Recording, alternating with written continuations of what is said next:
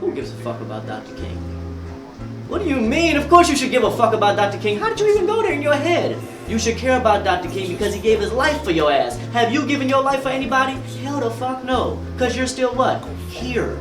So we're going to talk about who Dr. King really was. The myth versus the reality. The reason I want to talk about it right now is because you're talking about it right now and because we're bringing out a very important book. When this book first came out as Reparation Revolution back in 2009, not only did it change the goddamn world, it also had an article in it about the reality of who Dr. King was. We really like that. And I figured we should talk about that because a lot of people don't know that Dr. King was not an especially religious man. He was not a passive man. He was not a weak dude. He was not just an integrationist that just wanted to be up under white folks. He was none of that. And the stories that they tell about Dr. King and that they're going to continue to tell are going to get more and more far removed from who he really was. So it's time we talk about who he really was. Because if we don't dictate the story, somebody else will narrate it for us. When you research the life of Dr. King, you realize he wasn't that passive. Think about it. Motherfucker was active as hell. He went hard every fucking day that you heard about him. How could that be passive?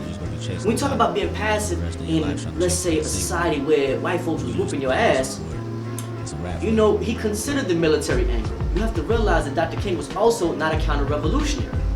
He worked with the revolutionaries. He worked with people from all different groups, with the Black Hand, with the Mau Maus. I mean, he knew them, he talked to them, and he let white folks know that if you don't give black people their rights, then you're gonna have to answer to these other folks who want blood.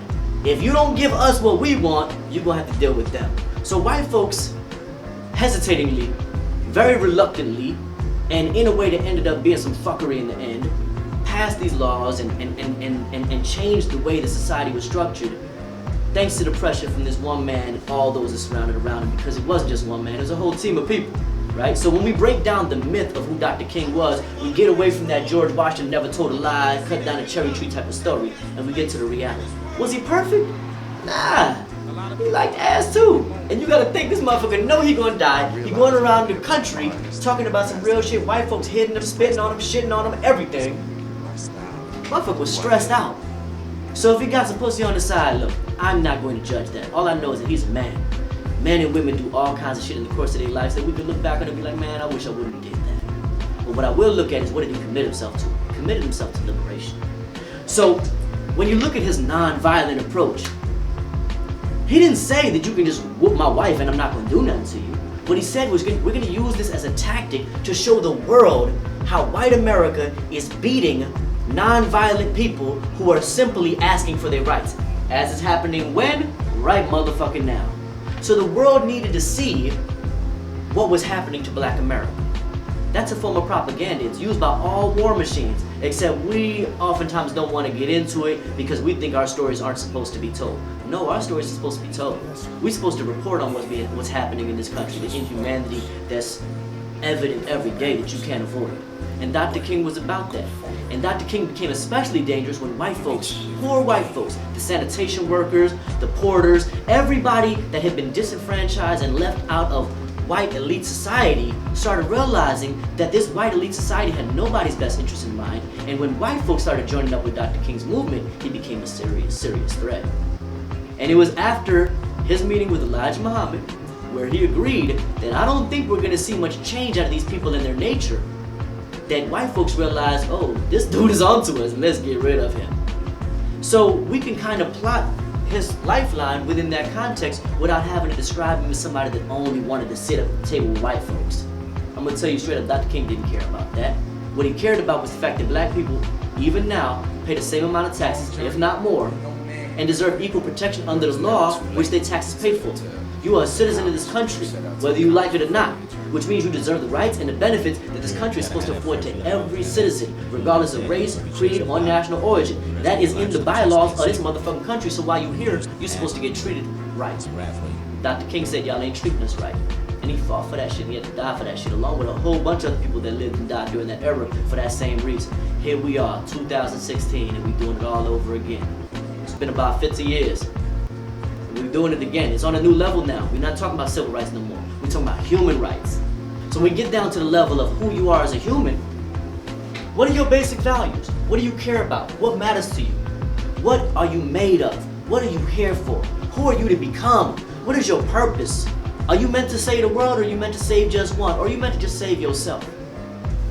That's why I put out another book, which I'm so happy to be re-releasing. Knowledge of Self. It's another book that changed the goddamn world.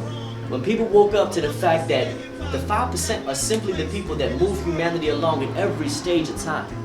We have a culture, we have traditions, we have codes, and we have an inherited body of knowledge known as 120 lessons, and a system for understanding that knowledge known as Supreme Mathematics and Supreme Alphabet. We also have a code of how we live. And those are the people that call themselves 5%ers, or gods and earths. But for the broader 5%, what we're looking for is people who literally just care about the liberation of humanity. Freedom, justice, and equality for all the human families of planet Earth. So when I look back at Dr. King, Harriet Tubman, Frederick Douglass, Thomas Sankara, Stokely Carmichael, I'm not looking at how much pork they ate. I'm not looking at what chemical they put in their head. I'm not looking at Fannie Lou Hamer had a lace front. I'm looking at what they did with their lives. And I'm asking you what you're doing with your life. So the reality is, if we're going to live in the tradition of Dr. King, we're going to have to start thinking about what that means for you as an individual, right? Which means you're going to have to choose liberation as your lifestyle. Can you give it out to others? Absolutely, but first you got to give it to yourself. That's why it's such a big deal that I'm able to put these books back out into the public, because this is where a lot of our awakening came from in the first place.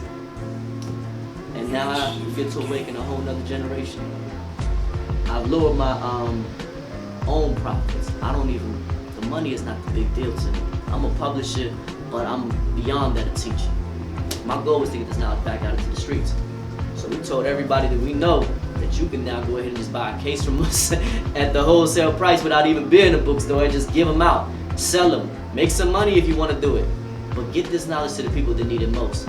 Because right now we're going through the same thing they went through back then, but it's worse. And the stakes are higher, and your opportunities are greater, and your role will be bigger. So do what you were born to do. You know what's the biggest thing you was meant to do? Become. Become who the fuck you meant to be. So while you giving a fuck about Dr. King, just realize Dr. King wanted you to do the same shit. And every motherfucker that gave their life for a great cause was hoping that somebody else would take up that cause. What cause have you taken up? Ain't no greater cause to take up than the liberation of yourself, your family, and your people. Take knowledge to do it. I'm just glad to be a part of it. Peace.